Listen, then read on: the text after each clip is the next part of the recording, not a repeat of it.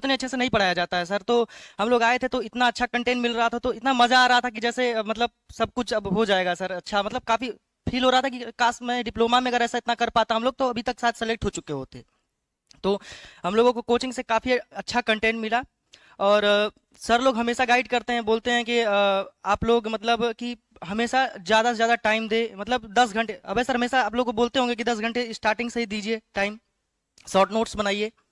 तो आप लोगों को फील होगा शायद अभी लगता होगा कि शॉर्ट नोट्स इतना इंपॉर्टेंट नहीं है, आप लोगों को शायद लग रहा होगा कि इतना इंपॉर्टेंट नहीं है, लेकिन शॉर्ट नोट्स आपको तब तक नहीं फील होगा जब तक कि आपका एग्जाम नहीं आ जाएगा।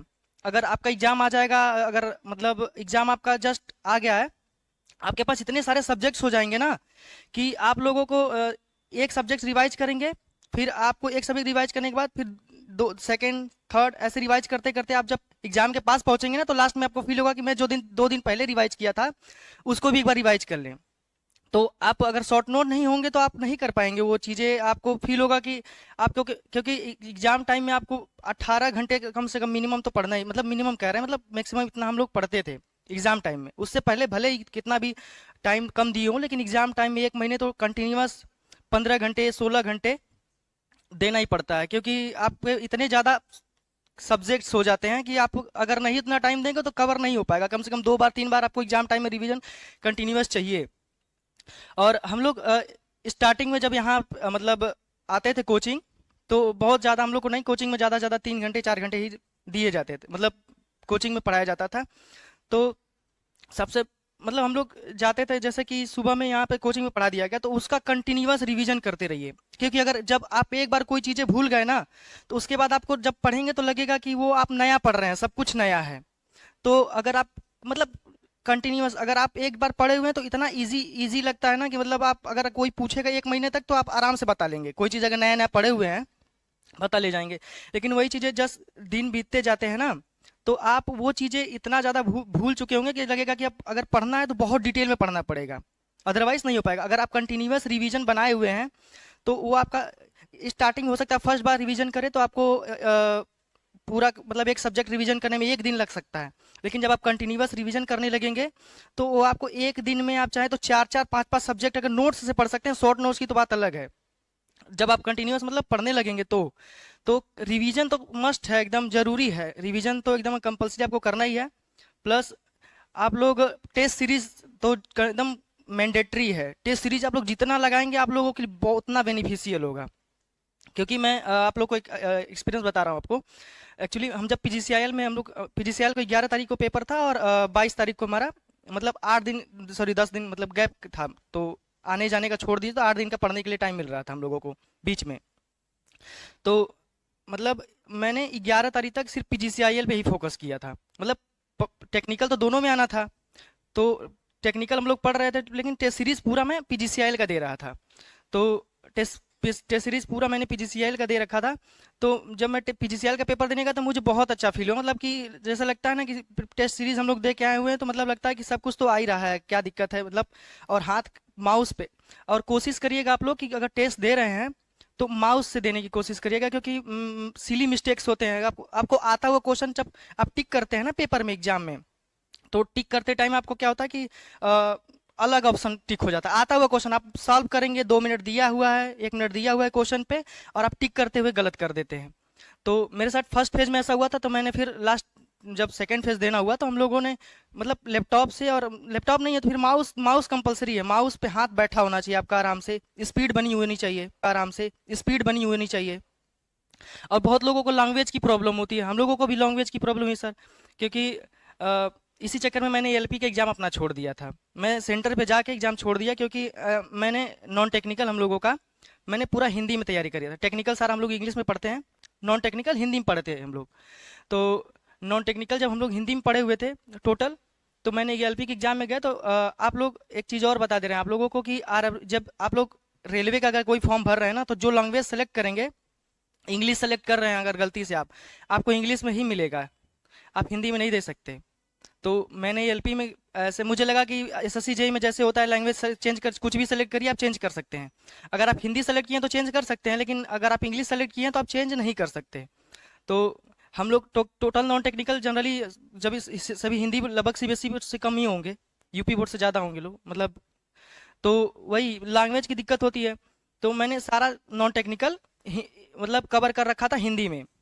अब सडन आपको इंग्लिश में लैंग्वेज चेंज करने का ऑप्शन ही नहीं आता है, तो डिमोटिवेट हो गए पूरी तरीके से। 1 घंटे का टाइम होता है एलपी में, तो मैंने एग्ज़ाम छोड़ दिया। तो फिर मैंने जब सीबीटी मतलब जब एसएससी जेई का दिया, तो मैंने इस चीज़ के लिए बहुत ज़्यादा मतलब, अब चीज़ें क्या हैं कि आप जो चीज़ें हिंदी में पढ़ चुके हैं, इंग्लिश में पढ़ चुके हैं, तो वो सारा चीज़ें कवर करना थोड़ा सा मुश्किल है कि आप हिंदी से इंग्लिश अब सब कुछ कवर करना थोड़ा मुश्किल है। तो हमने उस चीज़ों को थोड़ा सा इग्नोर करने के बाद मैंने स्पीड पे काम करना शुरू किया कि मैं सारा क्वेश्चन इंग्लिश मतलब मैं बार बार कन्वर्ट करके दे सकूं। तो जो हम लोग का 2 घंटे का एग्जाम होता है, तो 2 घंटे के एग्जाम को मैंने टेस्ट सीरीज में सारा क्वेश्चन 150 क्वेश्चन आते हैं सेकेंड फेज में। सेकेंड फेज में 150 क्वेश्चन आते हैं, तो मैंने सारा जो 1 घंटे में खत्म, 2 घंटे का पेपर मैं 1 घंटे में देता था। 1 घंटे में, क्योंकि टेक्स्ट बुक पे तो आपका लैंग्वेज चेंज करने का ऑप्शन आता है। तो मैंने सारा क्वेश्चन 1 घंटे में देना शुरू कर दिया, और 1 घंटा 1 घंटा 10 मिनट में मैं कवर कर लेता था ये सारा। स्पीड इतना मैंने कवर कर रखा था हम लोगों ने। तो फिर लास्ट में जब एग्जाम में आप, और एग्जाम में अगर आप टेस्ट सीरीज में आपका अगर 1 घंटा 10 मिनट लग रहा है ना, तो पेपर में ऑलरेडी आपको 1.5 घंटे आराम से लगने हैं। क्योंकि जो नॉर्मली आप टेस्ट सीरीज में देते हैं, वो उससे ज़्यादा ही टाइम लगता है, कभी कम नहीं लगता है उससे ज़्यादा। क्योंकि नए क्वेश्चंस होते हैं, कभी ये देखा हुआ नहीं है, और टॉपिक्स तो सेम होते हैं, लेकिन क्वेश्चन जो नए प्रकार से उठाता है, नए लैंग्वेज में उठाता है, तो उसको समझने में थोड़ा सा आपको टाइम लगता है, प्रोसेसिंग होने में। माइंड में तो सोचेंगे ना, उसको रिलेट करेंगे, तो उसमें टाइम लगता है। तो ऑटोमेटिक आप जितना टेस्ट सीरीज में कम से कम समय लेने की कोशिश करेंगे, आपके लिए बेहतर होगा। और टेस्ट सीरीज तो कंटिन्यूअस आप लोग देते ही रहिए, बल्कि अगर टाइम निकाल के कैसे भी जितना हो सके आप लोगों को टाइम कम से कम टेस्ट सीरीज में जितना कम टाइम आप बचा सकते हैं उतना बचाइए, और रेगुलरली दीजिए। और रिवीजन तो आप लोग करते ही रहिए। अगर आप लोगों को कुछ पूछना है तो बताइए। हम शॉर्ट नोट्स तो देखिए, सबका अपना अपना अलग तरीका समझने का होता है। आप लोगों का सबका सबका अपना अलग तरीका होता है समझने का। तो क्या होता है कि जैसे आप शॉर्ट नोट में सारी चीजें होनी चाहिए। डाटा मतलब आप 2 तरीके से शॉर्ट नोट बना सकते हैं। कुछ लोग बनाते हैं कि जो चीजें एकदम उनके जवान पे है उसको छोड़ देते हैं, जो इम्पोर्टेंट और मतलब अभी नहीं रिवीजन में है या मतलब भूलने के, वो लिखते हैं। लेकिन हम लोग क्या है कि शॉर्ट नोट्स बना रहे हैं तो सारी चीजें कवर करते हैं, पूरी चीजें। क्योंकि माइंड है, अगर हमको आज 1 महीने का बीच में गैप हो गया तो सब भूल जाएंगे, वो जेन्युइन है, सबके साथ भूलने का, तो सब भूलते हैं। तो आप लोगों को थोड़ा सा अगर शॉर्ट नोट बना रहे हैं तो सारी चीजें कवर करिए, लेकिन बहुत मिनिमम मिनिमम मतलब शब्द में, कम से कम शब्द में। आप जितना समझ जाए, दूसरे को समझाना हमें नहीं है, हमें खुद को समझना है।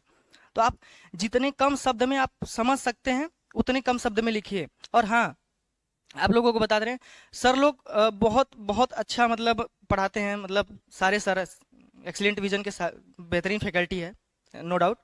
तो सर लोग आप लोग को बहुत अच्छा पढ़ाएंगे, सब चीज़ पढ़ाएंगे। लेकिन कुछ चीज़ें मैं आप लोगों को बताना चाहता हूँ कि डाटाबेस क्वेश्चन, क्योंकि आजकल आप लोगों को सारी मतलब डेरिवेशन मिल जाएगा, न्यूमेरिकल कर लेंगे, सब कुछ कर लेंगे, लेकिन डाटा क्या है, डाटा आप लोगों को खुद से भी कुछ डाटा कलेक्ट करने पड़ेंगे। तो अगर डाटा आपको जहाँ से मिल रहा है, तो शॉर्ट नोट में अलग से आप कुछ पेज ले लीजिए और उसमें डाटा जरूर मतलब लिखिए उसमें। क्योंकि आजकल मतलब डायरेक्ट डाटा पूछेगा आपको, उसमें कुछ नहीं कर सकते आप, कोई दिमाग नहीं लगा सकते, बहुत ज्यादा करेंगे तुक्का मारेंगे। तो तुक्का मारने से कोई मतलब नहीं है। तो डाटा और रिवीजन, डाटा तो एक बार में आपको याद ही नहीं होगा, और आप 10 जगह डाटा पढ़ेंगे, 10 जगह 10 प्रकार का डाटा मिलेगा। तो जेन्युइन डाटा हो सर से बल्कि वेरीफाई कर लीजिए कि सर क्या सही डाटा है गलत डाटा है उससे, क्योंकि पेपर में डाटा आना ही है, आप पढ़िए चाहे मत पढ़िए। और सर जैसे डेरिवेशन न्यूमेरिकल बाकी सब तो आप कोचिंग आपको भरपूर मिल जाएगा, लेकिन डाटा सर भी देते हैं। और कुछ डाटा आप लोग अगर बाहर से मिल पाए, जैसे आप टेस्ट सीरीज देंगे, टेस्ट क्वेश्चन टेस्ट दे रहे हैं, तो उसमें क्या होता है कि उसमें भी कुछ अगर डाटाबेस क्वेश्चन है, तो उसके आप जब सॉल्यूशन में जाएंगे तो आपको एक्स्ट्रा बहुत सारे डाटा उससे रिलेटेड मिल जाते हैं, तो उसको भी आप कॉपी कर लीजिए।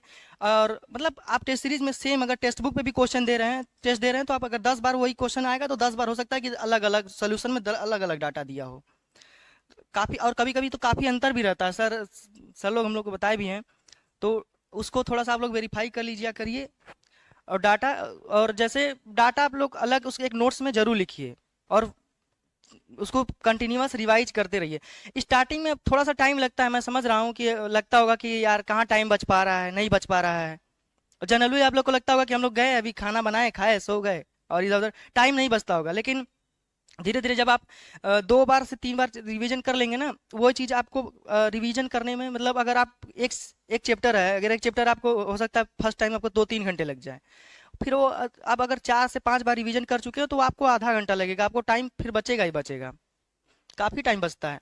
हाँ लेकिन अगर बहुत लोग होते हैं बोलते हैं कि मैं काफ़ी मतलब मतलब डिस्टर्ब हो जाता हूँ, डिमोटिवेट हो जाता हूँ, तो उसके लिए आपको कुछ मतलब जो चीज़ें आपको इंटरेस्ट हैं, जैसे इंटरेस्ट है तो उस चीज़ों पे थोड़ा सा काम जरूर करिए आप लोग कि हाँ ठीक है मुझे थोड़ा सा इंटरेस्ट है, लेकिन हाँ मल्टीपल्स मल्टीपल आपके पास वो नहीं होने चाहिए, ऑप्शंस नहीं होने चाहिए कि हाँ मैंने थोड़ा देर फ़ोन चला लिया, थोड़ा देर घूम लिया। सिंपल एक ऑप्शन होना चाहिए कि अगर मेरा दिमाग थोड़ा सा डिस्टर्ब हो रहा है तो मैं, अगर मुझे गेम में है तो ज़्यादातर कोशिश करिए कि फिजिकल गेम्स, क्योंकि अगर आप फोन अगर एक बार रील मान लीजिए रील स्वाइप करने लगे तो एक बार आपको कब स्वाइप करने लग जाएंगे, लगता है कि सब आधा घंटा और तो आप लोग जब रील स्वाइप करने लगेंगे ना तो आप लोग को बस लगेगा कि बस मतलब टाइम का पता नहीं चलता है उसमें। अगर फिजिकल गेम है तो आप लोग को लगता नहीं, हाँ ठीक है टाइम हो गया थक गए थोड़ा चलते हैं। तो कोशिश करिए कि फ़ोन वाली चीज़ें थोड़ा सा दूर रहेंगे। तो आप लोगों को मनोरंजन करना है तो दूसरों चीज़ों में करिए, मतलब सही है, 1 घंटे 1.5 घंटे वो मैंडेटरी है, माइंड रिलैक्स भी रहता है। तो यही सब आप लोगों को कुछ नॉन टेक तो सच बताएं, नॉन टेक्निकल हम लोग को पढ़ाया जाता था, हम लोग टेस्ट देते थे। आपको बता रहा हूँ मैं हम लोग टेस्ट देते थे। तो टेस्ट देने पे क्या होता है कि नॉन टेक्निकल बहुत सारी बाहर की चीज़ें पूछती है, बाहर से पूछता है, तो हम लोगों को लगता है कि यार नोट सफिशिएंट नहीं है, लगता है नोट सफिशिएंट नहीं है।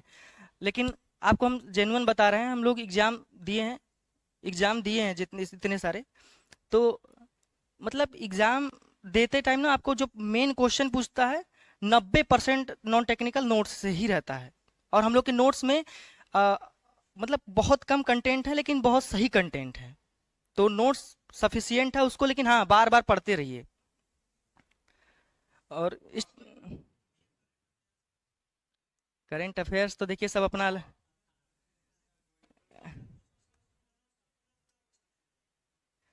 हाँ मैं बता रहा हूँ आपको, मैं एक्चुअली मैंने क्रेक एग्जाम से पढ़ा था, एक क्रेक एग्जाम करके चैनल है करंट अफेयर्स। उसमें मुझे बेनिफिट ये मिलता था कि मुझे रिवाइज करने की जरूरत नहीं पड़ती थी। वो डेली क्या होता है कि लास्ट में कल का मतलब डेली पास्ट का रिवीजन कराते थे, मतलब जो कल पढ़ाए थे वो रिवीजन कराते थे, तो मुझे कभी मतलब, और हर सीट के बाद उससे रिलेटेड क्वेश्चन वो करवाते हैं। तो मैंने उससे पढ़ा था तो मुझे मतलब ये सेकेंड फेज का फर्स्ट वाला जो पेपर हुआ था 22 जुलाई को, उसमें मुझे सारे के सारे करंट अफेयर्स के क्वेश्चन मिल गए थे एज इट इज, मतलब सारे क्वेश्चन। लेकिन मैं उसी उन्हीं से कंटिन्यूस पढ़ता रहा, लेकिन सेकेंड फेज में मुझे एक भी क्वेश्चन करंट अफेयर्स के नहीं मिले। मैं तो कंटिन्यूस पढ़ रहा था करंट अफेयर्स, तो मैं करंट अफेयर्स करंट कंटिन्यूस पढ़ रहा था मैं। 24 के पास आउट है, मतलब 23, मतलब हम लोग 23 के पास आउट हैं, मतलब अभी आप लोग से बैच से पहले बैच के हम लोग हैं मैथ के लिए। साहिल सर हैं एक, हाँ साहिल सर, हम यूट्यूब से पढ़े, हम ज़्यादा सब्सक्रिप्शन उसमें कहीं बाहर से कुछ नहीं लेते थे, क्योंकि हम लोगों को ऑलरेडी मैथ थोड़ा स्ट्रांग है, ऐसा नो डाउट। तो हम लोग मैथ तो स्ट्रांग है, तो बस थोड़ा सा प्रैक्टिस करने के लिए। और हाँ आपको कुछ भी आता हो लेकिन थोड़ा सा शॉर्ट ट्रिक और ट्रिक पे ध्यान दीजिएगा, टाइम बचता है। तो बस उन्हीं सब चीज़ों के लिए मैंने बस सर को फॉलो किया था यूट्यूब पे, वो भी और कहीं बाहर नहीं। तो मुझे उसमें ज़्यादा दिक्कत नहीं हुआ। और हाँ मैंने साइंस वाइंस की बात है तो साइंस मतलब बायोलॉजी तो सर पढ़ा दिए थे हम लोगों को, शशि भूषण सर, और कोचिंग से नोट्स भी मिला था, उसी से पढ़े थे। और लेकिन हाँ, और मैंने एक एस के झा सर का वो एक पीडीएफ था, पीडीएफ डाउनलोड किया था मैंने उससे। तो केमिस्ट्री फिजिक्स तो उनसे सारा मिल गया था, लेकिन बायोलॉजी उनसे नहीं फंसा था। केमिस्ट्री फिजिक्स लगभग सारा मैच कर जाता है उनके नोट्स से, बहुत सारे उन्होंने वो उसमें क्वेश्चंस भी कराए रखे हैं।